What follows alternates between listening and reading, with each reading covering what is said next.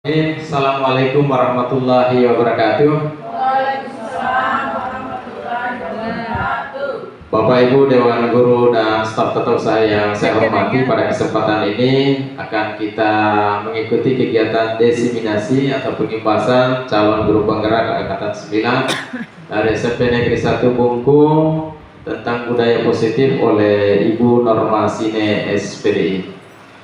Salawat dan salam mari kita kirimkan pada junjungan kita Nabi Muhammad SAW, Nabi yang menjadi suri teladan dalam hidup dan kehidupan kita. Baik Bapak Ibu, untuk menghemat waktu pada kesempatan ini saya akan memberikan waktu kepada Ibu Norma Sine untuk menyampaikan terkait dengan pengimbasan budaya positif yang dilakukan.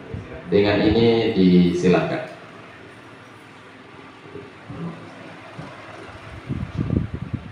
Bismillahirrahmanirrahim. Yang terhormat Bapak Kepala Sekolah SMP Negeri 1 Bungkung yang telah memberikan saya kesempatan dan memberikan saya ruang, kemudian banyak memberikan saya motivasi sehingga saya bisa berkesempatan untuk menjadi calon guru penggerak.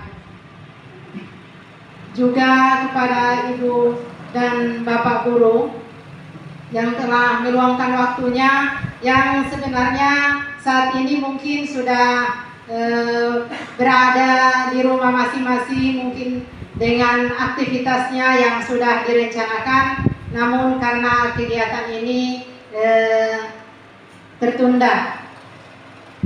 Assalamualaikum warahmatullahi wabarakatuh. Puji dan syukur kehadirat Allah Subhanahu wa Ta'ala yang telah memberikan kita kesehatan dan kesempatan sehingga pada pagi menjelang siang hari ini kita dapat bertemu di ruangan ini guna melaksanakan kegiatan saya atau mengikuti apa yang sudah menjadi bagian dari tugas dari pendidikan kami sebagai guru penggerak, sebagai calon guru penggerak, yakni pengimbasan atau diseminasi tentang budaya positif. Salawat dan salam kita aturkan kepada junjungan kita Nabi besar Muhammad SAW yang telah memberikan kita petunjuk sehingga pada saat ini kita dapat berjalan di jalan yang terang benderang sebagaimana yang beliau ajarkan. Insya Allah kita akan menjadi pengikutnya sampai akhir hayat kita. Baiklah, saya minta izin untuk berdiri barangkali supaya lebih santai dalam pelaksanaan kegiatan ini. Jadi kegiatan ini kami namakan diseminasi atau pengimbasan pada modul 1.4. Ini adalah bagian dari tugas kami yang harus kami lakukan dalam pendidikan sebagai calon guru penggerak. Adapun materi pada kegiatan ini yaitu tentang budaya positif yang tentunya akan kita lakukan di lingkungan SMP Negeri 1 Bungkung. Sebelum saya lanjut, di sini sudah terpampang, mungkin ada yang bertanya-tanya fotonya siapa yang saya pasang 2 orang itu yang di spanduk. Jadi yang Bapak yang di atas ini Pak Sukaryanto ini adalah Bapak fasilitator kami. Beliau berada di Sulawesi Selatan yang selalu membantu kami ketika dalam pelaksanaan kegiatan pendidikan calon guru penggerak. Kemudian ada yang di bawah Pak Ivan Pratama. Beliau ini adalah guru di SMP 2 Witaponda kalau saya tidak salah. Jadi beliau ini yang sudah 2 kali datang mendampingi saya dalam hal pendampingan individu turun langsung di sekolah ini. Oke, saya lanjut saja.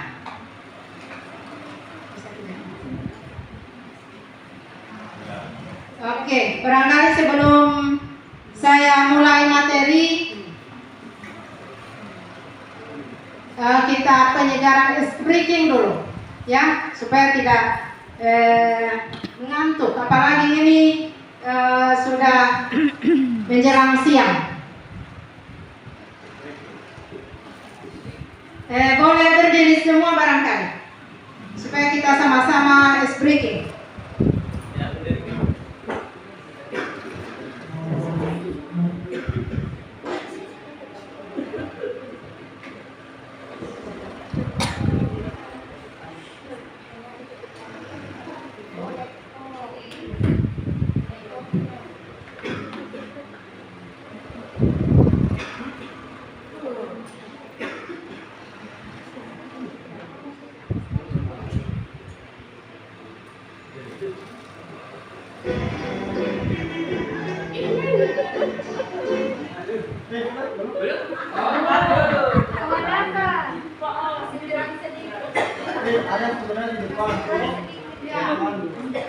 Mana tadi Ibu Ros?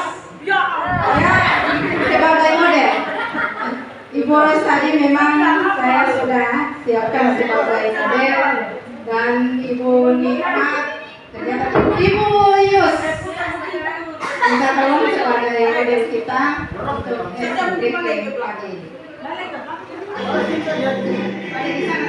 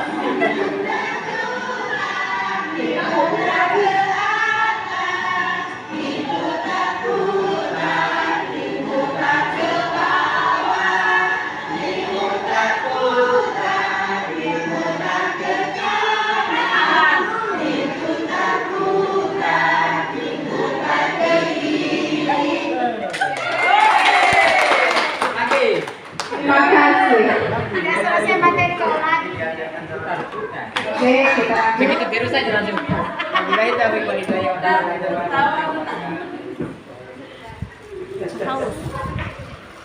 Nah, tuh boleh kita yang bisa.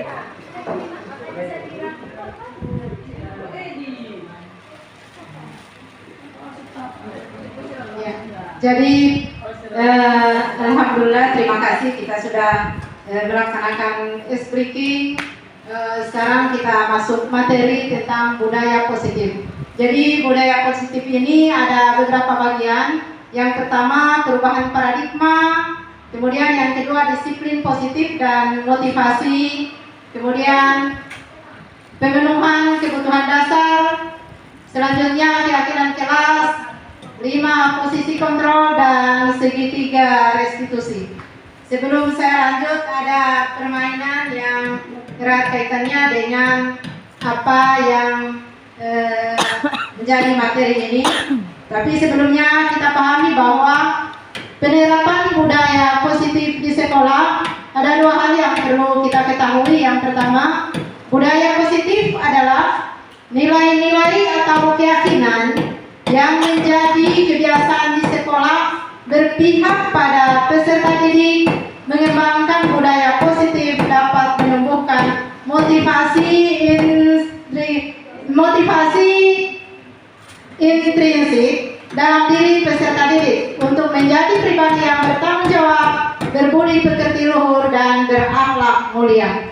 Jadi motivasi intrinsik ini adalah motivasi yang muncul dari dalam diri siswa, ya, bukan motivasi yang karena pengaruh dari luar, sehingga nantinya siswa itu berbuat bukan karena keterpaksaan atau bukan karena sesuatu hal, karena memang dari dalam dirinya muncul motivasi intrinsik tersebut.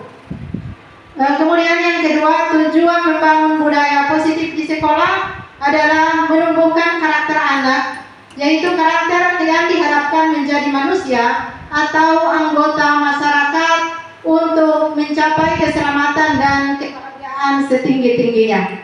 Ini sangat erat kaitannya dengan visi sekolah kita. Kita tahu bahwa visi sekolah kita adalah terwujudnya ekosistem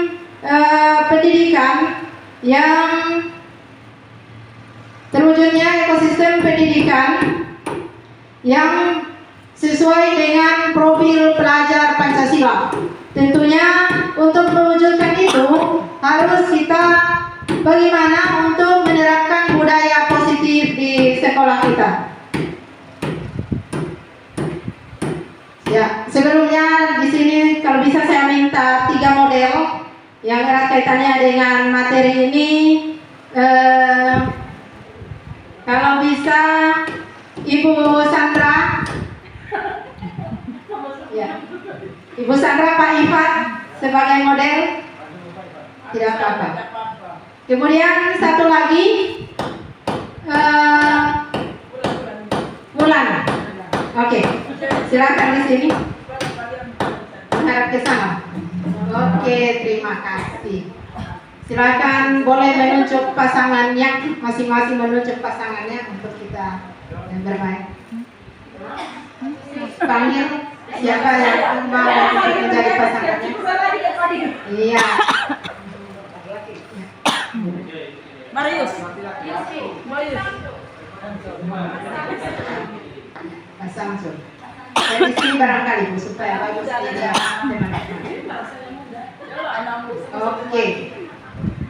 Jadi tugasnya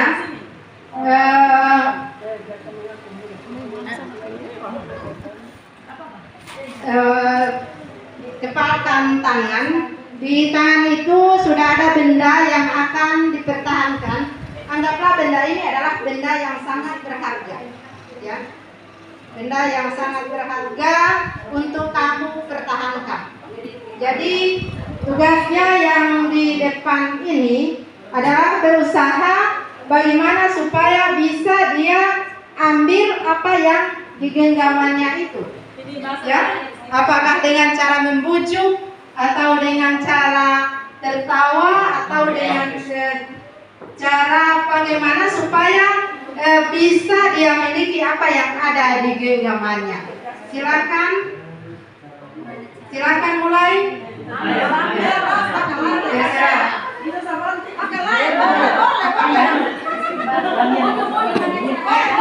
Ya, jadi silakan pertahankan genggam. Ya, dia yang berusaha buka. Jadi silakan berusaha buka dengan bagaimanapun caranya, apakah merayu atau menggelitik. Silakan. Silakan. Nah, ini dia gombal supaya bisa terbuka. Gombal dulu, gombal. Iya. Ya, Ibu Ro sudah melakukan berbagai cara supaya bisa terbuka. Ada yang positif karena apa yang mereka dialami itu adalah sesuatu yang menurut mereka sangat berharga. Oke, terima kasih Ibu. Ya, pertanyaannya, oke, boleh. Pertanyaannya, siapakah yang pegang tadi? Kira-kira siapa yang menjadi kontrol untuk membuka genggaman ini? Kalau Bapak, siapa yang kontrol untuk membuka apa yang di genggaman ini? Terima kasih.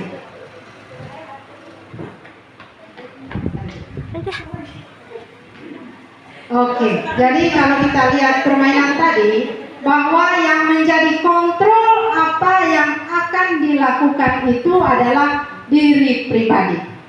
Maka akan kita pahami bagaimana sebenarnya dalam kehidupan kita sehari-hari tentang mengontrol diri. Namun sebelumnya ada paradigma perubahan yang perlu kita pahami, yaitu untuk mengembangkan budaya yang positif, sekolah perlu menyediakan lingkungan yang positif, aman dan nyaman agar murid-murid mampu berpikir dan mencipta dengan merdeka, mandiri dan bertanggung jawab. Salah satu strategi yang perlu ditinjau ulang adalah bentuk disiplin yang dijalankan selama ini di sekolah kita. Nah, dulu kita berilusi bahwa guru mengontrol murid, ya. Guru mengontrol murid. Ini bisa jadi biasanya karena siswa itu sendiri mengizinkan untuk dikontrol. Akan tetapi ketika siswa itu memang keinginannya tidak mau dikontrol, maka itu bisa saja muncul ketidaknyamanan. Kemudian ilusi bahwa semua penguatan positif efektif dan bermanfaat. Ilusi bahwa kritik dan membuat orang merasa bersalah dapat menguatkan karakter. Kemudian ilusi bahwa orang dewasa memiliki hak untuk mengatur. Mari kita lihat bagaimana paradigma dalam mengontrol ini yang kita pahami untuk diterapkan saat ini. Oke, maju. Ya, ini stimulus respon tentang dunia. Jadi dulu kita berpikir realitas atau kebutuhan kita semua sama. Sekarang kita mencoba dengan paradigma baru, yakni realitas atau kebutuhan kita berbeda. Ya kan? Dulu kita berpikir semua orang melihat hal yang sama. Sekarang paradigma kita atau teori kontrol dunia mengatakan setiap orang memiliki gambaran berbeda, ya. Kemudian dulu kita mencoba mengubah orang agar berpandangan sama dengan kita. Tapi sekarang kita mencoba merubah paradigma itu menjadi kita berusaha memahami pandangan orang lain tentang dunia, ya. Jadi kita memahami. Kemudian perilaku buruk dilihat sebagai suatu kesalahan. Sekarang kita perlu berpikir bahwa semua perilaku itu memiliki tujuan. Jadi kalau anak-anak biasa kita lihat melakukan sesuatu kesalahan atau suatu pelanggaran tata tertib misalnya, maka itu kita jangan langsung kita vonis bahwa kamu salah, ya. Tapi bagaimana kita berusaha mencari tahu dulu kenapa.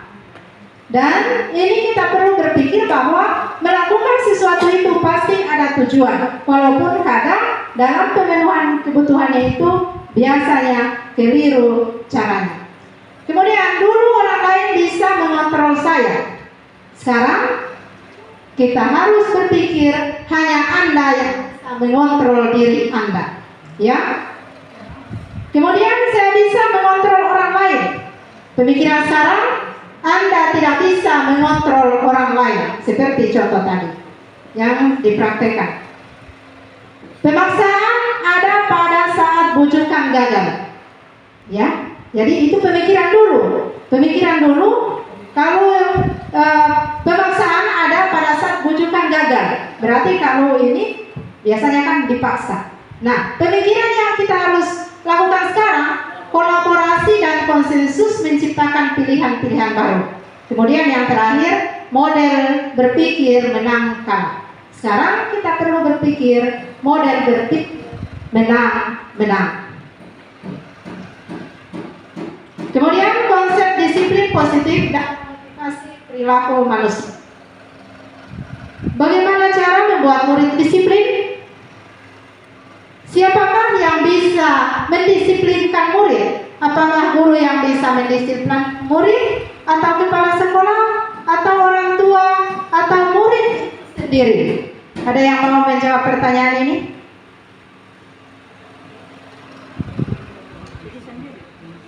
Barangkali semua pihak itu bisa, dari orang tua, kerjasama guru, kerjasama murid itu sendiri, semuanya ikut berpartisipasi. Karena biasa setiap orang kan punya ada motivasi, ada dari dalam, ada dari luar. Jadi saya pikir semua berpengaruh.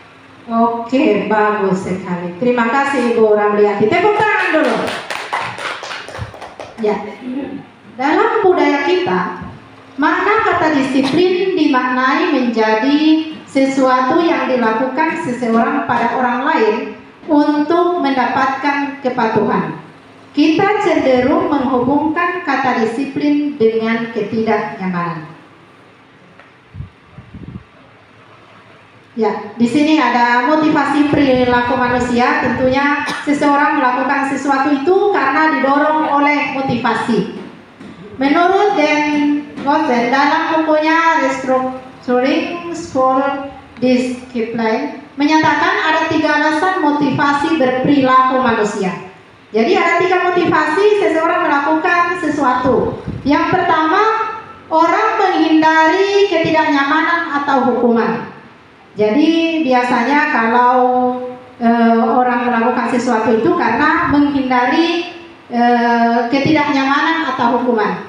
Biasanya orang yang motivasi perilakunya untuk menghindari hukuman atau ketidaknyamanan akan bertanya, apa yang akan terjadi apabila saya melakukannya?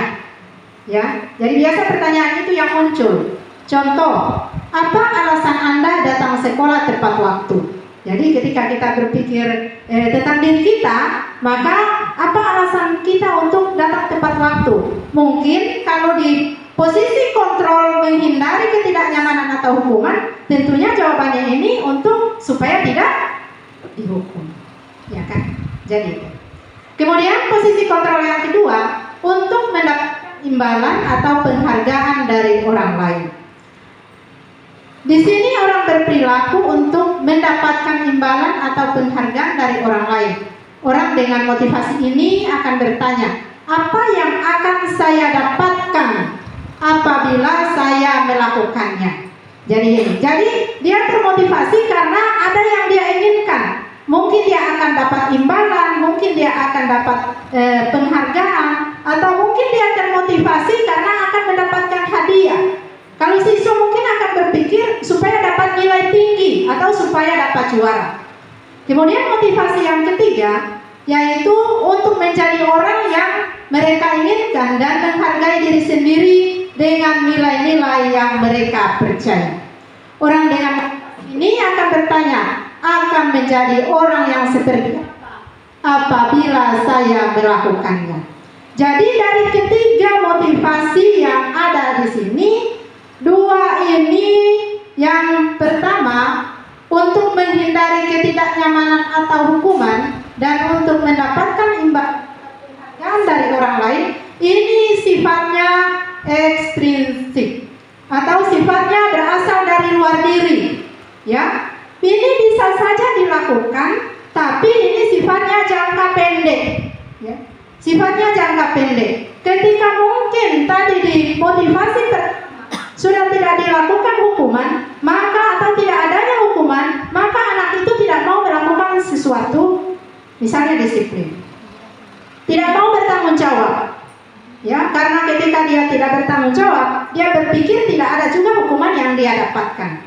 Kemudian motivasi yang kedua ini juga masih berasal dari luar diri, karena keinginannya untuk mendapatkan hadiah tadi. Ketika misalnya tidak mendapatkan hadiah, maka rasa kecewa muncul, akan kembali tidak melakukan hal itu. Jadi motivasinya ini bersifat jangka pendek. Kemudian motivasi yang ketiga, inilah motivasi yang kita harapkan. Jadi motivasi yang kita harapkan itu adalah motivasi yang muncul dari dalam diri kita, muncul dari dalam diri siswa, yang dikenal dengan motivasi intrinsik, ya. Jadi itu motivasi yang memang sudah menjadi menjadi karakternya. Oke, lanjut. Tujuan dari disiplin positif adalah menanamkan motivasi yang ketiga pada murid-murid kita, yaitu untuk menjadi orang yang mereka inginkan dan menghargai diri sendiri dengan nilai-nilai yang mereka percaya. Ya, jadi tujuan untuk disiplin positif ini motivasi yang ketiga tadi, ya, motivasi yang memang muncul dari dalam diri siswa, motivasi yang muncul dari diri kita, ya, karena ini dia sifatnya jangka panjang, akan menjadi suatu budaya, dan ketika itu adalah disiplin, maka akan menjadi disiplin, budaya disiplin. Ini nilai-nilai yang mereka percaya. Jadi ada istilah nilai kebajikan universal, yakni nilai kebajikan universal itu berlaku dimanapun kita berada. Misalnya disiplin, tanggung jawab, kemudian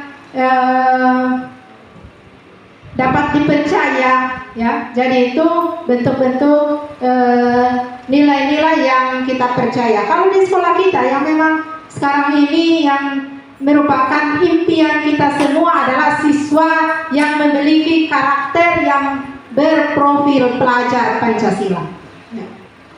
Pemenuhan kebutuhan dasar. Jadi seperti yang saya sampaikan tadi, bahwa orang biasanya atau siswa melakukan sesuatu, kita melakukan sesuatu itu karena tujuan kita untuk memenuhi kebutuhan. Ya, jadi ada 5 kebutuhan dasar manusia. Seluruh tindakan manusia memiliki tujuan tertentu. Ya, semua yang kita lakukan adalah usaha terbaik kita untuk mendapatkan apa yang kita inginkan. Ketika kita mendapatkan apa yang kita inginkan, sebetulnya saat itu kita sedang memenuhi satu kebutuhan atau lebih kebutuhan dasar kita. Ketika seorang murid melakukan suatu kebutuhan yang bertentangan dengan nilai-nilai kebajikan atau melanggar peraturan, hal itu sebenarnya dikarenakan mereka gagal memenuhi kebutuhan dasar. Jadi kebutuhan dasar yang pertama, kebutuhan bertahan hidup. Kebutuhan bertahan hidup atau yang dikenal dengan survival adalah kebutuhan yang bersifat fisiologis untuk bertahan hidup.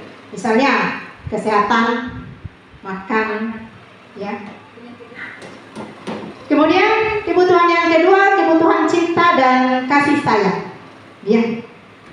Semua orang membutuhkan ini, ya. Kebutuhan untuk mencintai dan memiliki meliputi kebutuhan akan hubungan dan koneksi. Kebutuhan untuk memberi dan menerima kasih sayang, dan kebutuhan untuk merasa menjadi bagian dari kelompok. Ya. Kebutuhan ini juga meliputi keinginan untuk tetap berhubung dengan orang, seperti teman, keluarga, pasangan hidup, teman kerja, binatang peliharaan, dan kelompok di mana kita tergabung. Jadi biasanya tentunya ini kebutuhan dan kasih sayang ini berluas. Intinya bagaimana kita merasa diterima, kita merasa dicintai dimanapun kita, lingkungan kita dimana kita berada. Kemudian kebutuhan yang ketiga, penguasaan. Kebutuhan penguasaan atas kemampuan.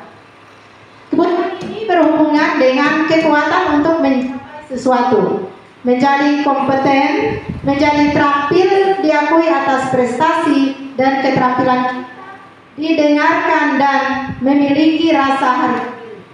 Kebutuhan ini meliputi keinginan untuk dianggap berharga, bisa membuat perbedaan, bisa membuat pencapaian, kompeten, diakui dan dihormati. Jadi itu.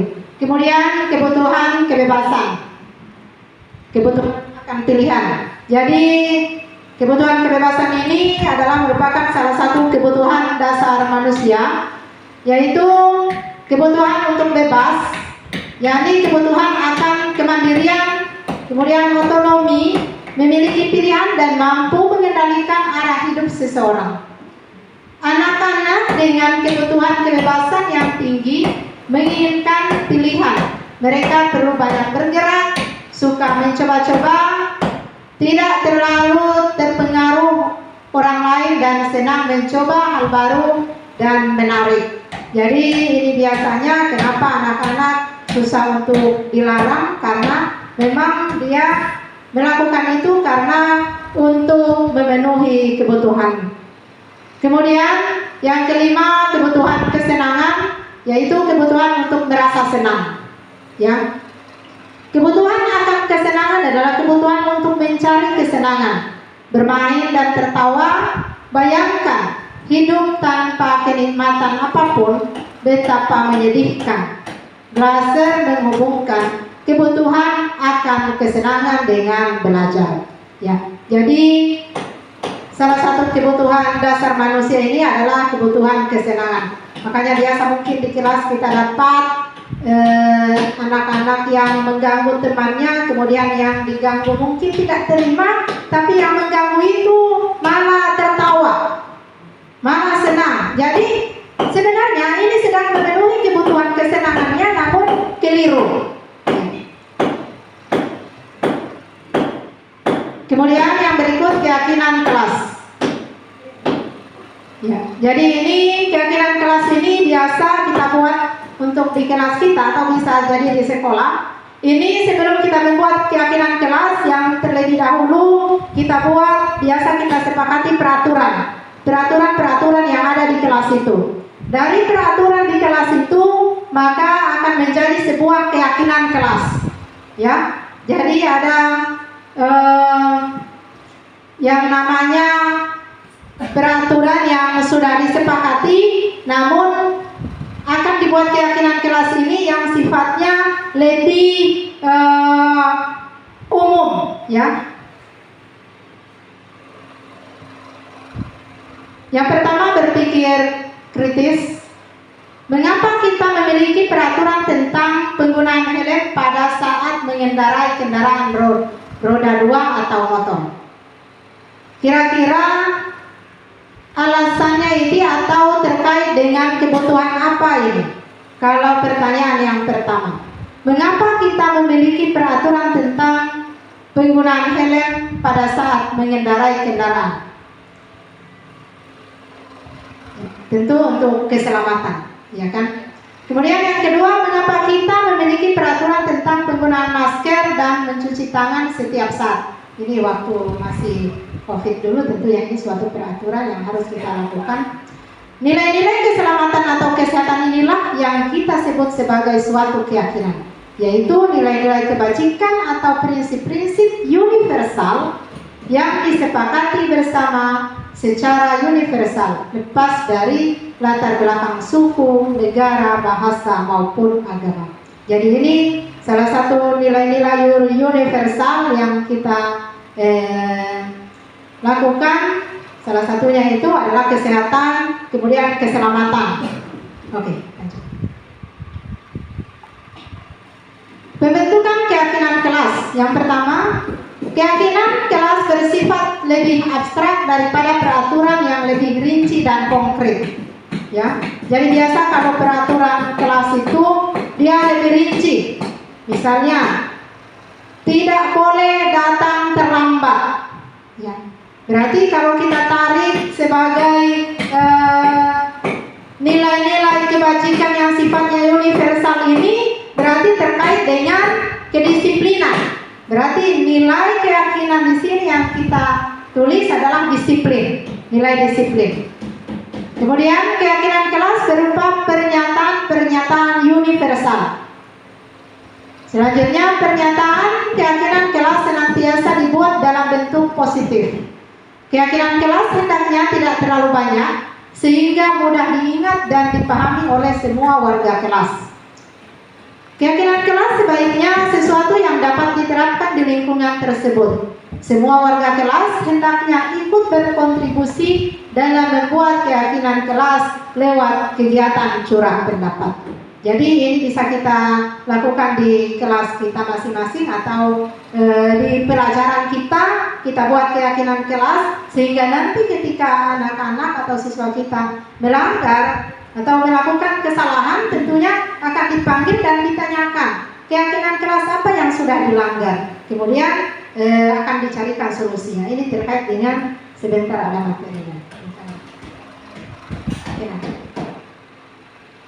5 posisi kontrol. Yang pertama, penghukum. Seorang penghukum bisa menggunakan hukuman fisik maupun verbal. Misalnya, patuhi aturan saya atau awas. Kemudian kamu selalu saja salah, selalu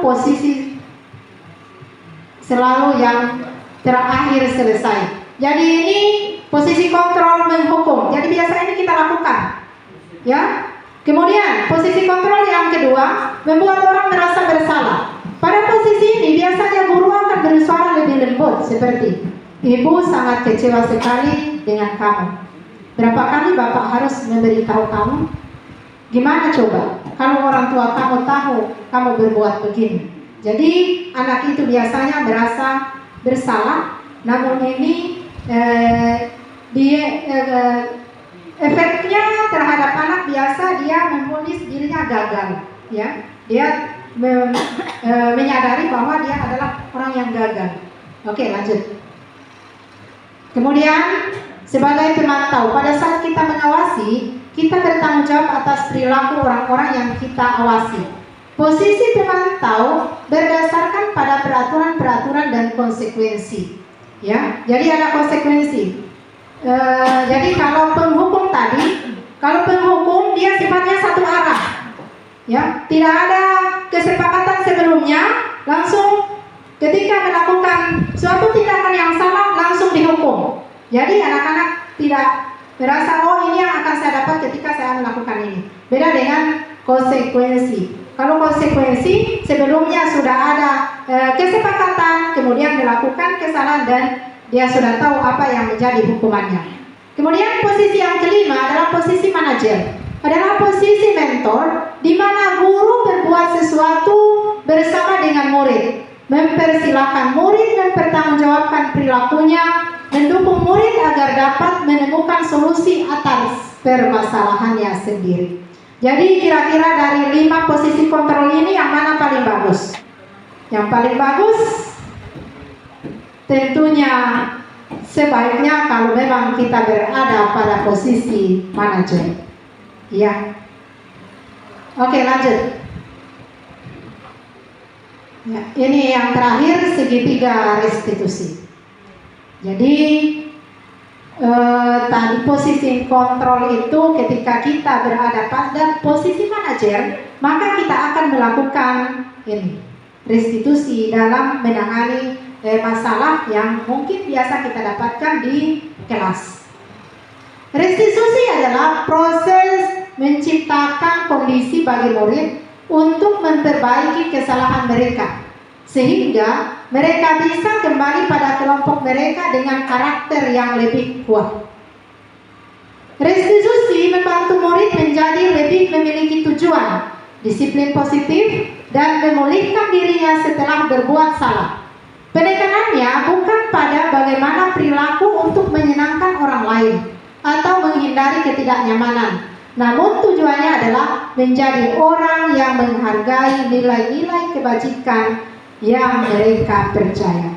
Jadi ada gambarnya di sini tentang segitiga restitusi. Jadi merestitusi ini ada 3 langkah yang dilakukan.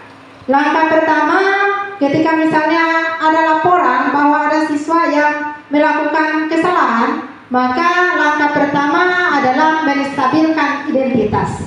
Jadi ketika dipanggil, tentunya menstabilkan identitas itu dengan biasanya kita mengatakan setiap orang pernah melakukan kesalahan. Kamu bukan satu-satunya yang pernah melakukan ini. Jadi misalnya siswa yang bolos, kita akan panggil dan tanyakan seperti itu. Atau misalnya ada laporan. Kemudian langkah yang kedua, validasi tindakan yang salah. Dalam validasi tindakan yang salah, maka kita bisa mengatakan, adakah cara yang lebih efektif untuk mendapatkan apa yang kamu butuhkan? Tadi kan ketika dia melakukan sesuatu itu karena ingin memenuhi kebutuhannya, ya, semua orang bertindak karena ada tujuannya. Jadi itu. Jadi ini yang kita cari. Ini yang ditanyakan. Jadi itu yang disebut dengan validasi tindakan yang salah. Kamu tentu punya alasan mengapa melakukan itu.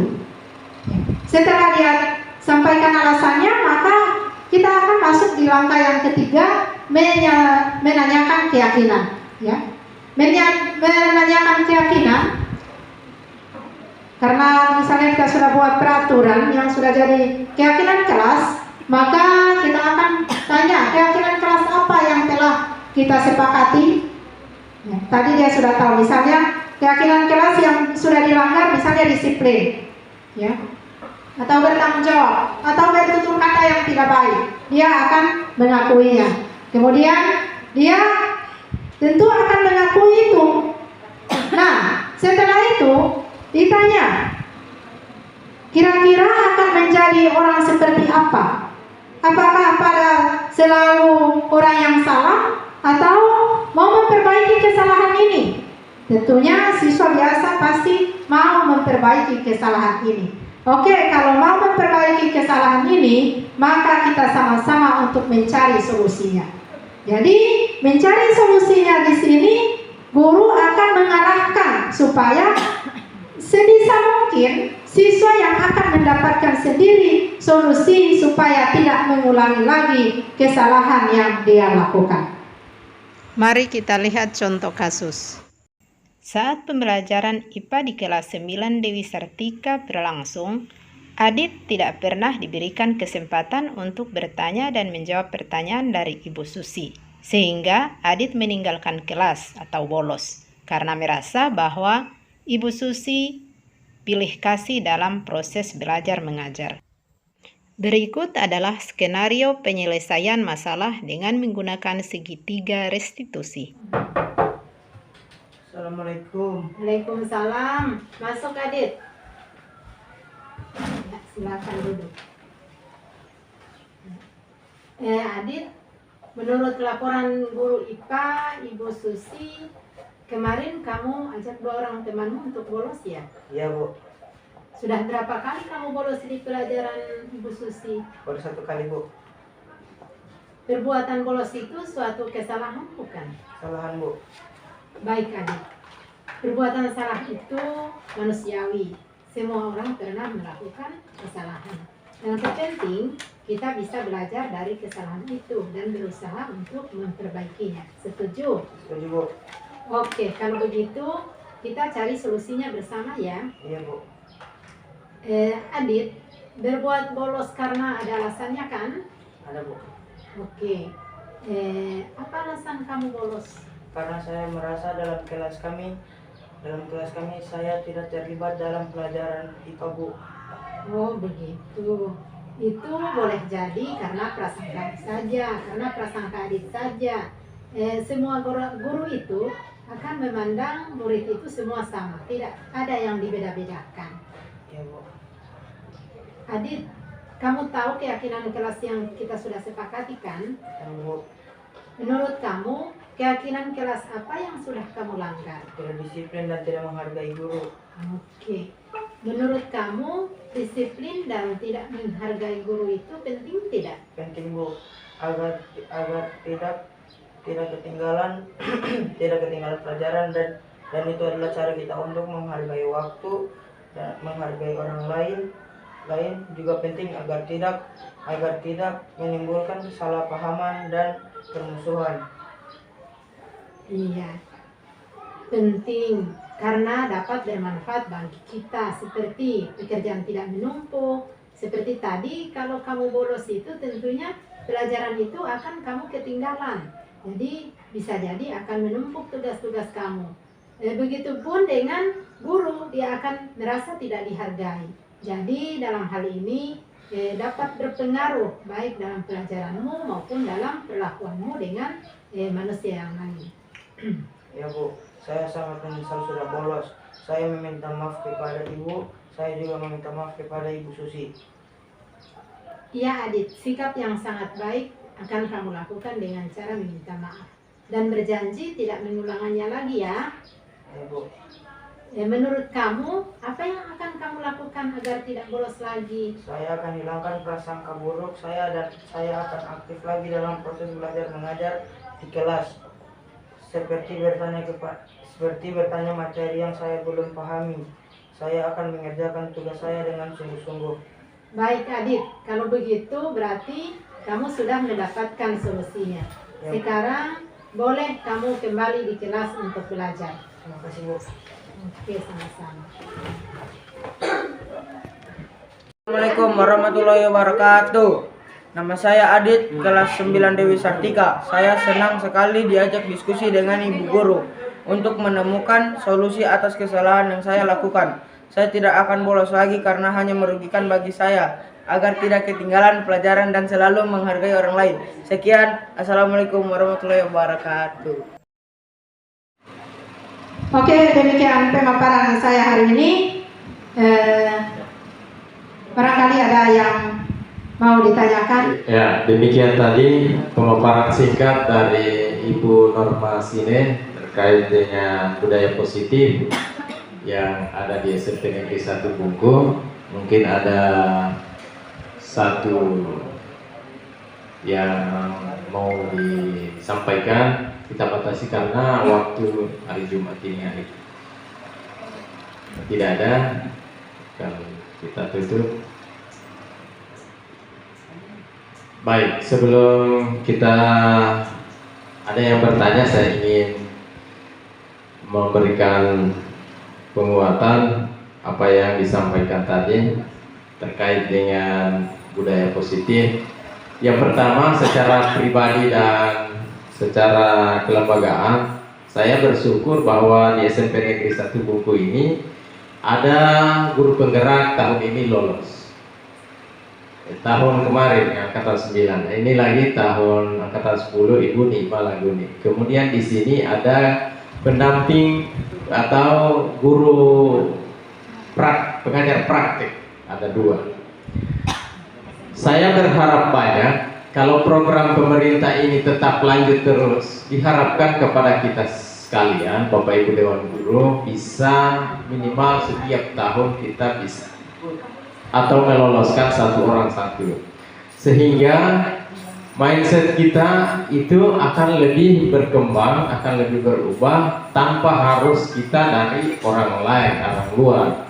Memang dirinya kita yang mau berubah. Karena apa? Berdasarkan pengalaman, tentu kalau kita hal seperti ini mungkin kita aktif dianggap biasa-biasa, tetapi hal seperti ini adalah sesuatu yang membuat kita menjadi budaya positif buat kita. Bagaimana kita mengembangkan kapasitas diri, bagaimana juga kita menghargai orang. Positif yang dimaksud pelan-pelan kita jalan hal-hal yang budaya positif. Jangan berpikir kita mau merubah satu kali, tetapi yang hal-hal kecil inilah yang harus kita mulai dari diri. Kan ini tadi mulai dari diri, jangan melihat orang. Kalau kita melihat orang ini, ya dia lambat-lambat, nah saya juga mau lambat. Nah, kapan mau selesainya kalau semua orang melihat orang? Sementara sampel contoh yang kita lihat ini adalah juga orang tidak disiplin. Kalau dapat sampel yang bagus, maka hasilnya bagus. Tapi kalau sampelnya juga tidak bagus, ya maka pengaruh menjadi orang yang tidak bagus. Kemudian yang selanjutnya tadi saya sudah singgung konsistensi. Ya, konsistensi ini penting. Artinya memang kita ini kadang-kala setiap saat itu mungkin karena kesibukan, karena apa, kadang biasa apa yang kita sudah programkan, kita sudah apa itu, biasanya kita lupa dalam. Tapi konsistensi, tekad ini harus tertanam pada diri kita, sehingga yang bisa mengontrol, tadi ada pembahasan yang bisa mengontrol itu sebenarnya siapa? Sudah dijawab, diri. Jadi sebenarnya kalau dirinya kita ini, apalagi kita ini orang dewasa, saya ini kan berbicara guru, tentu kita semua ini punya motivasi. Saya terus terang di sini juga melihatnya teman-teman tidak pada posisi berharap pada posisi menjadi apa yang diharapkan, bukan apa yang akan didapat. Ya, imbalan atau hukuman dan lain sebagainya. Kita ini kadang-kala terjebak pada hukuman. Hukuman itu kalau kepala dinas mau datang, cepat-cepat. Pengawas mau datang. Yang harus kita kedepankan ke depan adalah bagaimana kita menjadi orang yang sesuai dengan cita-cita yang diinginkan. Ini mungkin sebagai penguatan. Mungkin ada Bapak Ibu yang ingin tambahkan karena ini sudah mau jam 11. Terima kasih banyak Ibu Normasine, dan ini nanti berlanjut, nanti insya Allah tahun depan akan dilakukan oleh Ibu Nikma Laguni tahun depan. Ya. Assalamualaikum warahmatullahi wabarakatuh.